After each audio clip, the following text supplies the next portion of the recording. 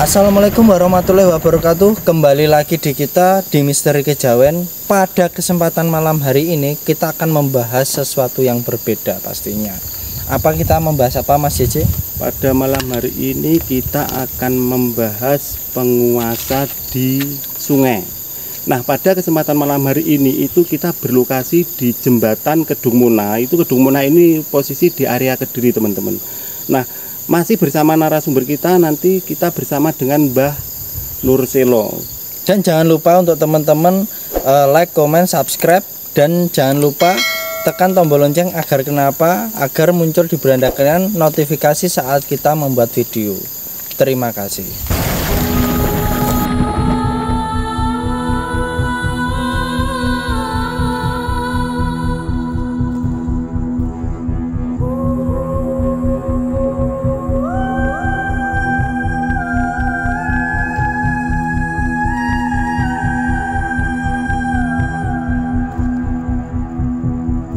Assalamualaikum warahmatullahi wabarakatuh, Mbah Nur Selo.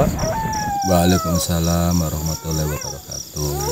Mbah Nur Selo, untuk pembahasan hari ini kan mengenai Kali Brantas ya Mbah Selo ya, dan beberapa sumber lainnya. Nah, untuk tema yang kita ambil, boleh dijelaskan terlebih dahulu Mbah Nur Selo untuk bagaimana sih asal mula dari Sungai Brantas sendiri dari Kota Kediri itu?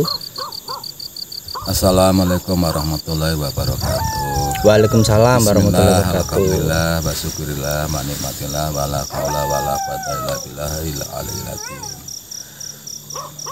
Mas Bren, sebelumnya mohon maaf bila mana nanti ada kesalahan atau kekurangan atau kekurangan, saya mohon maaf yang sebesar-besarnya. Gini Mas Bren ya, kalau masalah Kali Brantas atau Bengawan itu terjadinya gini ya. Waktu zaman Dewi Sekartaji itu mau dinikahi oleh yaitu penguasa dari Gunung Kelut dengan Lembusuro. Jadi dikarenakan beliaunya ingin mengamankan diri bahwa Dewi Sekartaji yaitu selendangnya itu diseret atau diseret akan terjadi sesuatu bengawan. Jadi selendangnya Dewi Sekartaji itu diseret ya Mbak ya. Akhirnya terjadi suatu bengawan untuk mengamankan bahwa akhirnya Dewi Sekartaji bisa lari dan sampai akhirnya beliau bersembunyi di istilahnya baratnya sungai atau yang dikata juga katanya di Gua Siro Mangkleng. Oh gitu. Terus apa bisa dijelaskan Mbah? Apakah Sungai Brantas sendiri itu ada penguasanya? Insya Allah ada Mas. Jadi gini, waktu sebelumnya itu, jadi sebelumnya terjadi masalah itu kan istilah seperti ya seperti apa itu ya daratan biasa. Nah, setelah ada terjadi bengawan, akhirnya Dewi Sekartaji itu ya memberi penguasa seperti suatu Bengawan Brantas itu siapakah yang menguasai itu Mas. Oh gitu ya Mbak ya. Jadi seperti Kali Brantas itu yang dikuasai yaitu Danu Nani. Penguasanya Kali Brantas itu Danu Nani. Itu insya Allah sebenarnya bukan di Brantas ini juga, semua Bengawan seluruh Jawa insya Allah itu penguasanya yang namanya Danu Nani Mas. Itu 2 orang atau 1 orang Mbak? 1 Mas. Jadi, ya 1 orang ya? Ya namanya Danu Nani itu. Oh gitu. Ini saya mau tanya lagi mengenai Kedung Mbah Nur Selo. Ya, apakah Kedung itu kan Kedung itu yang disebut Kedung gimana Mbah Nur Selo? Kedung itu kalau sungai itu yang paling dalam. Oh yang paling dalam ya Mbak. Soalnya kan banyak yang tidak tahu nih. Yang paling dalam itu namanya Kedung Mas Bren. Oh. Untuk Kedung sendiri itu juga ada penguasa sendiri Mbak? Ya insya Allah ada Mas. Jadilah kalau Kedung seperti ini Kedung Muna juga ini yang namanya yaitu yang dikuasai oleh Jin Sarpo Yakso gitu loh Mas. Jin siapa Mbak? Sarpo Yakso. Sarpo Yakso. Ya. Apakah itu semua Kedung Mbak? Iya, semua Kedung seperti sungai berantas atau lainnya itu yang di mana di Jawa itu pasti itu yang namanya jin sarpo itu sarpo yakso itu gitu loh Mas. Sarpo yakso jadi itu. Oh gitu ya Mbah ya.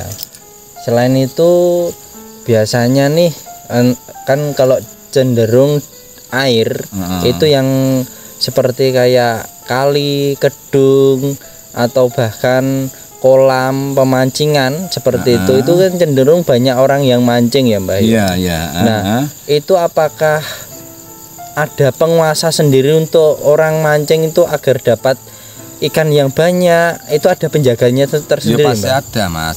Jadi kalau pemancingan itu juga ada mulai dari kali besar, dari kali kecil atau dari kolam itu ada sendiri-sendiri masalahnya yang angon lah gitu loh Mas. Oh gitu. yang menjaga ikan gitu, ya? Menjaga ikan. Kalau makanya kalau kita ini setelah ingin mancing ingin dapat banyak dapat banyak yang bagaimana ya itu harus kita tahu yang penguasanya yang istilah yang ngengon lah gitu loh Mas kalau Jawanya itu gitu. Itu kalau boleh tahu siapa Mbah? Itu kalau tidak salah itu Jin Tanjung Wareh Mas. Jin Tanjung Wareh.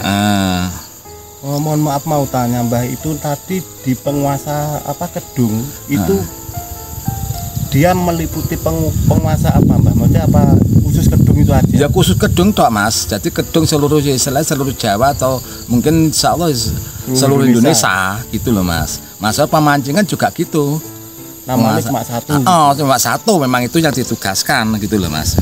Terus maksudnya penguasa itu fungsinya untuk apa? Menguasai kedung itu fungsinya untuk apa Mbah? Loh, kalau istilah kedung itu fungsinya bila mana seandainya Mas ada orang yang kalap atau keli itu dikali biasanya itu dia ini di kedung. Mayoritasnya di kedung atau di apa gitu loh Mas gitu. Itu pasti Mas itu. Jadi itu biasanya temunya itu kadang ya di gedung. Kalau dulunya gitu, kalau sekarang banyak bendungan ya nggak mungkin kan gitu loh Mas. Gedung kayak barongan gitu. Gedung barong itu pastilah biasanya kalau di sungai kecil seperti ini tuh ya mayoritasnya Mas. Kalau di mayoritasnya itu pasti ada barongan atau bambu gitu loh Mas. Barongan itu kayak segelombol bambu gitu. Iya, bambu satu, kalau orang Jawa mengatakan ini satu dapur atau beberapa dapur gitu Mas. Itu. Kedung atau barongan itu biasanya itu juga tempatnya ikan gitu enggak Mbah? Ya biasanya kalau yang sangat biasanya ya tempat Mas. Itu kayak sarang ikan gitu. Apalagi di Bengawan itu pasti tempat gitu Mas. Makanya jarang kalau istilahnya kalau di gedung itu bisa mengenakan ikannya. Masalahnya kalau di kali kecil-kecil seperti Mona itu dulu untuk mandi. Umumnya pasti itu mandi. Terganggu oleh orang mandi kan. Terus akhirnya lari ini ke barongan atau gimana gitu Mas. Seperti mohon maaf tadi kan kita bicara soal mancing Mbah. Itu seandainya itu kan penguasa pemancingan ada sendiri. Nah itu seandainya kita tahu tapi mancingnya enggak di pemancingan, entah itu di berantas ataupun di barongan, itu bisa menyebut penguasanya itu enggak Mbah? Ya bisa no Mas, itu memang yang penguasa ya Mas. Khusus mancing ya? Itu yang ngengon Mas pemocoran Yang ngengon ikan. Yang mengembala ikan segala ikan gitu loh Mas. Itu pasti bisa Mas itu. Termasuk ada kan ya kalau di Jawa itu ada ikan yang sakral dinamakan ikan truno lele itu. Apakah truno lele itu jadi jangan kamu kisahkan di sungai Mas. Oh gitu. Itu beda lagi. Ya memang ada kalau seandainya kalau banyak kalau di kedung itu biasanya di lubangnya papringan atau bambu itu pasti kalau banyak lelenya itu pasti ada ularnya Mas. Ya, ularnya bukan sembarang ular, biasanya tuh kalau ke orang Jawa dikatakan ular meling gitu loh Mas. Itu mayoritas gitu loh Mas. Itu kalau banyak lelenya itu. Iya pasti itu Mas. Malah ada ular. Iya ya itu sebenarnya yang dinamakan Tanjung Wareh itu ya mungkin kejelimannya juga bisa Ular weling tadi gitu loh Mas. Oh iya ya, bagus itu, menarik ini. Ya seperti istilahnya seperti di desa saya yang di, apa itu di bawah jembatan itu dulu ya juga gitu. Jadi ya dia agak cerung juga, ya banyak ikannya. Dikarenakan istilahnya orang-orang tidak tahu kalau kita yang memancing, insya Allah ya dapat gitu. Masalah saya tahu pengasalnya itu ularnya weling itu bukan main-main Mas, sangat besar Mas. Sangat besar Mbak. Iya. Masalah saya mengalami juga itu waktu puasa ular welingnya itu di apa itu di jeding atau bahasa Jawa bahasa Indonesia itu apa kamar mandi. Ya itu saya pernah saya angkat itu Mas. Itu nanti kamar mandi apa Mbak? Kamar mandi apa itu musola. Oh, di kamar mandi musola iya, ada ular weling itu. Ular welingnya besar sekali Mas. 1 kentol lebih panjang. Itu ular welingnya 1 kentol. Wih. Saya angkat sendiri tuh. Saksinya masih banyak kok Mas itu. Yang masih hidup banyak ini masih muda itu ada teman saya. Bener itu Mas. Itu bukan kalau secara logika, tapi itu jelmaan gitu Mbah mungkin. Iya pasti Mas. Iya pastilah, karena kalau logikanya ular weling kan biasanya kecil ya Mbak ya. Iya. Itu ya, kalau enggak Mas, yang kadang-kala menghadang di jalan dulu dia mau masuk ke rumah itu juga besar kok Mas. Tahu kalau tahu loh Mas, tapi ya kalau tidak tahu ya siapa ini kan gitu. Gitu Mas. Jadi kalau mengisahkan dalam istilah gedung itu sebenarnya sangat sakral Mas gitu. Termasuk apa penguasanya ular weling itu tadi. Iya, istilahnya dia itu pasti kalau biasanya kalau banyak. Tapi ya khususnya itu ikan lele loh Mas ya. Kalau selain ikan lele berarti apa ular weling nggak ada. Nggak ada. Masalah itu kan di dalamnya Mas apa bawahnya apa itu namanya bambu barongan. Itu barongan itu toh Mas. Ngumpur dulu itu kalau zaman dulu itu dengan kakak saya dulu itu saya tuh menewu itu pasti ada ularnya Mas. Tapi yo kadang tapi ini khusus ikan lele. Ya, ada yang di gedung. Tapi gedungnya gedung sungai kecil Mas, bukan di Berantas. Kalau di Berantas ya mohon banyak. maaf. Mau tanya Mbah ini tadi mengenai kalau kita bicara tentang ikan lele itu jenengan tahu nggak Mbah itu turno lele itu sebenarnya apa? Turno lele gini Mas, kisahnya turno lele dulu ya, istilah muridnya Kanjeng Sunan Kalijaga makan itu diambil dari dagingnya gitu loh Mas. Nah setelah itu Sunan Kalijaga itu Kanjeng Sunan Kalijaga tahu bahwa itu hanya yang sisa itu apa kepalanya dan durinya gitu loh. Durinya ya Mbak. Durinya akhirnya kalau Kanjeng Sunan Kalijaga itu dibuang ke apa kolam gitu loh Mas. Ke kolam gitu. Atau ke sungai? Kolam. kolam. Bukan sungai di kolam Mas. Akhirnya bisa hidup. Hidup sampai sekarang. Loh hidup sampai sekarang? Iya masih ada Mas itu kalau tidak salah itu di Jawa Tengah Mas. Kalau itu gitu loh Mas. Oh mohon maaf Mate turno lele itu berarti itu toh Mbah yang ikan nggak ada dagingnya cuma kepala sama balungnya itu bisa jalan gitu. Dan buntutnya itu masih utuh. Oh, jadi itu apa bisa dikatakan raja lele gitu? Sebenarnya ya bukan Mas, itu sabdonya Kanjeng Sunan Kalijaga sampai akhirnya di apa itu sampai sekarang itu akhirnya menyebar mulai dari manapun gitu loh Mas. Sebenarnya kisah yang utamanya itu murid Kanjeng Sunan Kalijaga itu makan dengan lawuhnya itu apa lauknya ya lele lah itu diambil dagingnya. Nah Sunan Kalijaga ya agak marah jangan gitu kalau makan. Akhirnya kalau itu diambil diminta Kanjeng Sunan Kalijaga ditaruh di kolam. Insya Allah sampai sekarang ada Mas. Kalau kita tidak tahu kalau tidak salah itu di Kadilangu Jawa Tengah. Itu selain di Jawa Tengah ada nggak mungkin bisa apa dia itu menyebar di seluruh. Menyebar mas, nggak tahunya menyebarnya gimana, nggak tahu juga itu. Oh berarti kan itu banyak ya? Banyak mas, Nggak cuma di gedung mungkin saja juga ada yang kalau yang sangat sakral gitu. Itu mungkin kalau ada pemirsa yang pernah melihat turno lele itu yang cuma ikan terus sama duri-durinya itu, seandainya pernah melihat itu, seandainya ditangkap itu berbahaya nggak Mbak? Ya berbahaya mas, berarti dia kesurupan mas, nggak mungkin bisa nangkap. Namanya itu sabdanya Kanjeng Sunan Kalijaga kok mas itu, nggak bisa. Jadi kayak biarpun di kaulam itu kalau dia itu terlihat ya nggak ada yang berani menangkap mas. Oh iya, soalnya aneh juga soalnya iya, cuma duri-durinya dia hidup gitu. Gitu. Terus itu Mbah, saya mau tanya mengenai, saya penasaran sih, di beberapa wilayah kan ada sumber dan ada, kalau kita sebut itu sumber kecil, kalau istilah Jawa itu belik ya Mbah ya? Ya bukan, sumber-sumber belik-belik mas. Kalau yang sumber itu kecil, jadi yang pusatnya sungai yang besar atau yang kecil gini, itu namanya sumber. Kalau belik sungai, di sungai kecil yang ada beliknya sumbernya kecil gitu loh mas. Oh bedanya itu lain ya Mbak ya? Lain. Nah, dan itu apa, itu juga ada penguasa sendiri ya pastinya Mbah ya? Ya insya Allah ada mas. Jadi niki kalau yang di sumber itu namanya Jin Nyai Andini dan Jin Nyai Danu Tirto gitu, mas.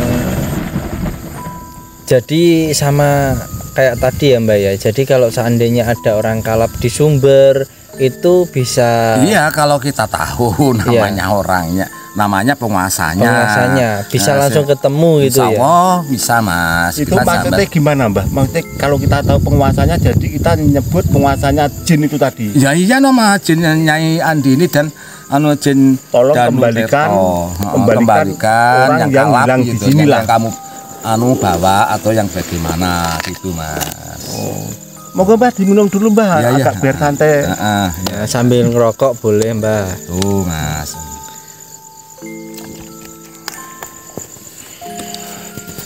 Dan yang namanya samen tadi kan sumber atau belik itu juga ada penguasanya mas. Oh ada sendiri? Ya, ada mas, ada sendiri. Padahal satu jurusan biasanya ya. Iya, tapi kan semua itu kan diserai sendiri-sendiri. Makanya kadangkala di belik itu ada seorang perempuan. Oh kecenderungnya sih perempuan Mbak. Iya memang itu. Nama penguasanya itu. Penguasanya yang namanya Jin Nyai Ringgit. Itu sebangsa peri gitu enggak Mbak? Ya jin mas. Oh jin. Saya katakan ini tadi kan Jin Nyai Ringgit. Itu kalau kelihatan, wah itu dia tuh cantik sebenarnya enggak mas. Kalau kita tahu, sebenarnya sudah tua mas, sudah berapa ratusan tahun atau bahkan bisa ribuan tahun kok mas. Tapi memang beliaunya itu memang dikuasakan, yaitu dibelik. Gitu. Soalnya kadang juga saya Jin tuh Nyai Ringgit. Jin Nyai Ringgit. Belik itu kecil Mbah, tapi ada suatu pengalaman pribadi saya itu di desa Tosaren itu warga sekitar itu menjumpai bahwasanya orang itu kalap di sumber belik gitu loh Mbak. Jadi dibelik itu loh. Kan saya logikanya belik itu kecil tapi kok bisa mengalapkan orang kan gitu. Ya makanya dari itu kemungkinan orangnya itu dia itu ceroboh atau mengatori atau mungkin sombong atau omongannya kotor kan gitu tuh mas. Oh kan gitu. Bisa tuh mas. Bisa jadi. Iya bisa jadi gitu. Jadi untuk di tempat-tempat seperti tempat-tempat sakral dimanapun itu ya wis harus menjaga perilaku kita ya Mbak. Perilaku kita sendiri, kesopanan harus kita pakai mas. Semuanya itu Allah menciptakan hal sesuatu itu pasti ada penunggu pasti mas. Gitu ya. Jangankan gitu, kita ini ada yang mengganggu ya juga ada, yang baik juga ada gitu mas. Apalagi kalau di istilah yang nama di kali atau yang di darat atau di gunung atau lainnya itu pasti ada mas. Tidak mungkin gitu loh mas. Nggak ada. Jadi semua pasti ada Mbak. Ya iya, di pohon apa di gimana itu pasti ada mas. Itu nggak mungkin kalau tidak ada, nggak mungkin gitu loh. Nah, tergantung ke mata batin kita, mata gaib kita, mata lahiriah kita gimana. Nah, gitu Mas. Oh, gitu.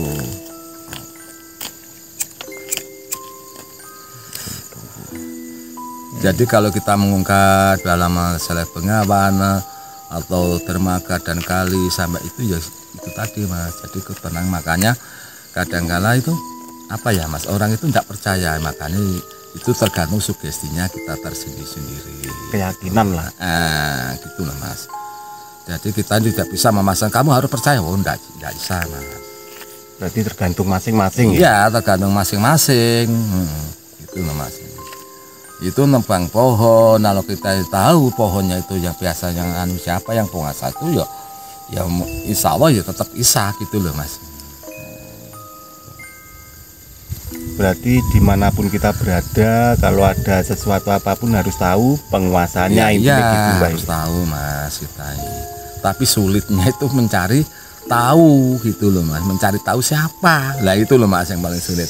Maksudnya siapa penguasanya? Iya, beli itu siapa sama mungkin nggak tahu. Ya nggak tahu Mbak. Nah, gitu loh Mas. Baru tahu siapa? kali ini. Pemancingan itu siapa? Lah kan kita kan nggak tahu. Berarti untuk masalah pemancingan itu tadi saya penasaran Mbah, kalau ingin dapat ikan banyak suatu misal, berarti harus apakah kita cukup menyebut itu tadi penguasa? Danyangnya. Ya, istilahnya gini Mas. Penguasanya. Itu yang saya alami. Saya dulu itu senang mancing Mas. Wah, bukan main. Tapi karena kan itu kalau bisa ya biasanya Mas saya dulu itu rokok ini Mas ya. Ini kita mau memancing ya. Ini saya usah-usah ini minyak wangi atau japaron atau misik atau itu rokok ya. Jenengan sendiri. Itu nanti lah setelah kita di lokasi baru kita merokok yang ada minyaknya tadi gitu loh Mas.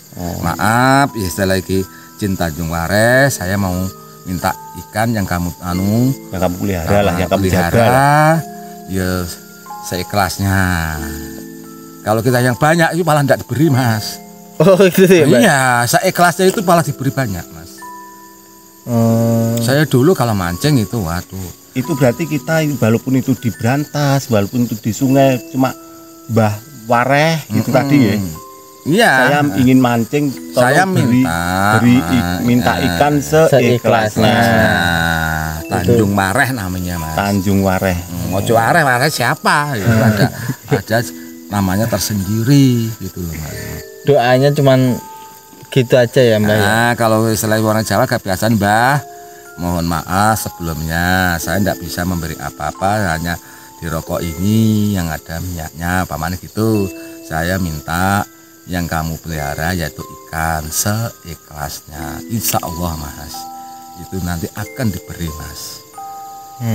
Tapi kalau saya minta yang banyak, tidak akan mungkin kamu sama diberi, malah nggak diberi. Oh iya, nggak mau dia itu. Kalau seikhlasnya itu karena kita ini nggak ada batas ya Mas. Tapi sama ini saya membatasi seikhlasnya. Nggak bisa Mas. Dikasih banyak. Tapi juga saya penasaran nih di Sungai Brantas itu Mbak. Kan ada orang yang mancing juga, itu ada yang seperti ilusi dia itu di depannya itu kayak ikan itu besar, akhirnya dikejar itu akhirnya kalap seperti itu ya Mbah ya. Iya itu istilahnya kan gini Mas. Kalau dikejar kayak gimana? Kalau ada ikan besar atau gimana itu dia tahu kalau kita langsung mau mengambil ya pasti banyak kalapnya Mas. Itu namanya kan orang serakah gitu aja loh Mas. Gitu. Saya itu pernah Mas mengalami tahu Mas ya. Saat saya waktu masih senang-senang mancing gitu Mas ya. Jadi hari Jumat lagi kalau tidak salah. Jadi di Brantas itu yang namanya bader Mas ya. Kalau kita ambil itu jadi hampir besarnya loh Mas itu. Iya. Jadi lebarnya aja itu hampir setengah meter Mas. Ikan bader Mbak? Iya. Panjangnya yang daan itu Mas. Itu sampai saya ingin mengetahui yang sesungguhnya Mas. Jadi dia itu sampai saya sawat itu dengan botol itu dia tuh tidak mikul sama sekali Mas. Jadi dua itu ya berjalan biasa Mas itu. Ada dua? Iya, sepasang gitu. Saya mengalami itu, kalau tidak salah itu Jumat Legi itu. Saya tidak Jumatan ingin mengetahui. Berarti siang-siang dengan Ya, siang Mas, jam 12 lebih sedikit kok itu. Nggak Jumatan di enaknya mancing, Mbah. Enggak mancing Mas, saya ingin mengetahui. Siapa toh sebenarnya, apa toh sesungguhnya. Katanya orang-orang kan ya banyak orang yang katanya yang buaya, yang gimana itu. Iya. Ternyata saya buktikan sendiri itu ikan badir Mas. Jadi besar Mas, lebih kalau lebarnya itu kan, panjangnya itu kalau tidak salah hampir 1 meter Mas itu. Panjang Mas itu, besar. Jadi juga ini ya sampai apa saya ambilkan batu ya Mas, saya sawatkan. Sama sekali tidak mego Mas itu. Jadi dia itu berjalan santai, sangat santai Mas itu. Akhirnya setelah nyamannya di Sungapan Kali Tempur, namanya Sungapan kalau dia, itu menghilang Mas dia. Itu saya nyata bener ya ini. Bukan saya itu enggak nyata Mas. Berarti pernah dialami sendiri. Iya, gitu, saya alami Mas itu, bener itu Mas ini. Oke Mbah, untuk sesi hari ini mengenai pembahasan Sungai Brantas, mengenai sumber, Kali Tempur dan lain-lain, ini cukup menarik ya untuk malam hari ini. Nah, mungkin ada pesan atau kesan yang diberikan untuk Mbah Nurselo untuk teman-teman. Ya, pesan saya gini Mas ya. Kalau kita itu istilah itu ke sungai, istilahnya sungai kecil atau besar, kita harus lebih berwaspada, berhati-hati Mas ya. Apalagi di sungai kecil gini Mas ya, seandainya itu waktu banjir atau membesar itu kadang-kala ada orang-orang yang minta tolong atau apa itu kayu yang besar, itu jangan sampai, kalau bisa kita hindari Mas. Mohon maaf Mas, itu minta tolong itu gimana Mbah? Ini mungkin Ya, bisa biasanya buat kadang-kala teman-teman. gini Mas ya, maaf ya. Ini kadang-kala kan itu maupun di Bengawan atau di Kali Kecil ya Mas. Itu kadang-kala ada seorang perempuan minta tolong. Ini khusus banjir atau pasan Mbah? Kalau di Kali Kecil ini khusus ya, bukannya khusus Mas, kadang-kala di Kedung itu juga gitu. Oh gitu. Itu ada seorang perempuan itu minta tolong jangan sampai kita menolong kalau kita belum kenal dengan orangnya, gitu loh Mas. Itu kebanyakan perempuan gitu. Perempuan, biasanya perempuan Mas, perempuan yang namanya Honggo Inggi kalau bahasa Jawanya orang itu gitu. Apa namanya Mbah? Honggo Inggi. Honggo Inggi. Itu perempuan gitu. Perempuan. Itu tadi kalau untuk yang apa kayak kayu besar itu tadi apa Ya, Mbah? kayu besarnya ada. Ini saya pengalaman waktu di Kalimantan dulu Mas ya. Saya itu pernah ke Kalimantan sebenarnya. Nah itu waktu laut itu pasang ya Mas ya, dan itu ada kali ya agak besar lumayan juga. Itu dia itu kan banjir istilahnya. Kalinya biasa itu Mas, banjir, ada kayu yang besarnya mungkin kalau saya main rangkul di orang tua ndak cukup. Itu ternyata setelah kita amati ya benar-benar itu ular Mas. Oh ular. Itu selain makanya itu suatu tipuan daya Mas itu. Itu nyata Mas. Ular-ular itu ular. Ya siluman Mas. Siluman. Dia itu minta mencari mangsa atau mencari Korban lah. korban gitu loh Mas. Tuh. Makanya pesan saya harus lebih berhati-hati gitu loh Mas. Masalah di kali besar atau kecil itu penghuninya itu kadang-kala ada yang galak atau yang gimana, yang jahil gitu. Yang mayoritasnya kalau kita katakan orang Jawa itu namanya Honggo Inggi itu. Itu mayoritasnya. Di Kedung itu biasanya Mas itu biasanya dia itu minta tolong gimana itu, rambutnya panjang lah, wah cantiknya sekali. Biasanya orang nggak ada ya nggak taunya dia itu digupet dengan rambutnya dah. Tuh Mas. Itu banyak yang kejadian.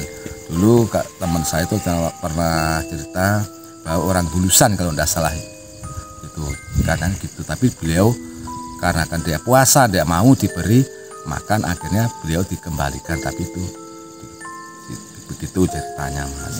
Oke. Ya udah, untuk teman-teman terima kasih sudah menonton di channel Misteri Kejawen. Untuk pembahasan hari ini sangatlah menarik. Oke teman-teman, pada kesempatan malam hari ini yang dijelaskan Mbah Selo tadi mengenai beberapa hal yang kita tidak ketahui menjadi kita ketahui ya, mengenai penguasa dari Kali Brantas, mengenai sumber ataupun penguasa pemancingan juga, atau dimanapun itu yang dijelaskan Mbah Nur Selo, itu sangatlah menjadi kita banyak pengetahuan ya teman-teman. Maka dari itu pesan saya, janganlah kita berbicara kotor di tempat yang begitu sakral. Terus kita harus banyak bisa berpikir untuk menjaga diri kita, jangan serakah dan jangan egonya itu terlalu tinggi, karena kenapa, bisa menjerumuskan kita untuk diri kita gitu loh teman-teman. Nah, maka dari itu di sini di Misteri Kejawen untuk pembahasan malam hari ini kita tutup. Nah, jangan lupa teman-teman tetap ikuti channel kita di Misteri Kejawen. Jangan lupa like, komen, dan subscribe. Karena kenapa? Setiap kita memberikan konten yang menarik itu banyak pengetahuan yang Anda serap ya, begitu teman-teman. Nah, terima kasih. Wassalamualaikum warahmatullahi wabarakatuh.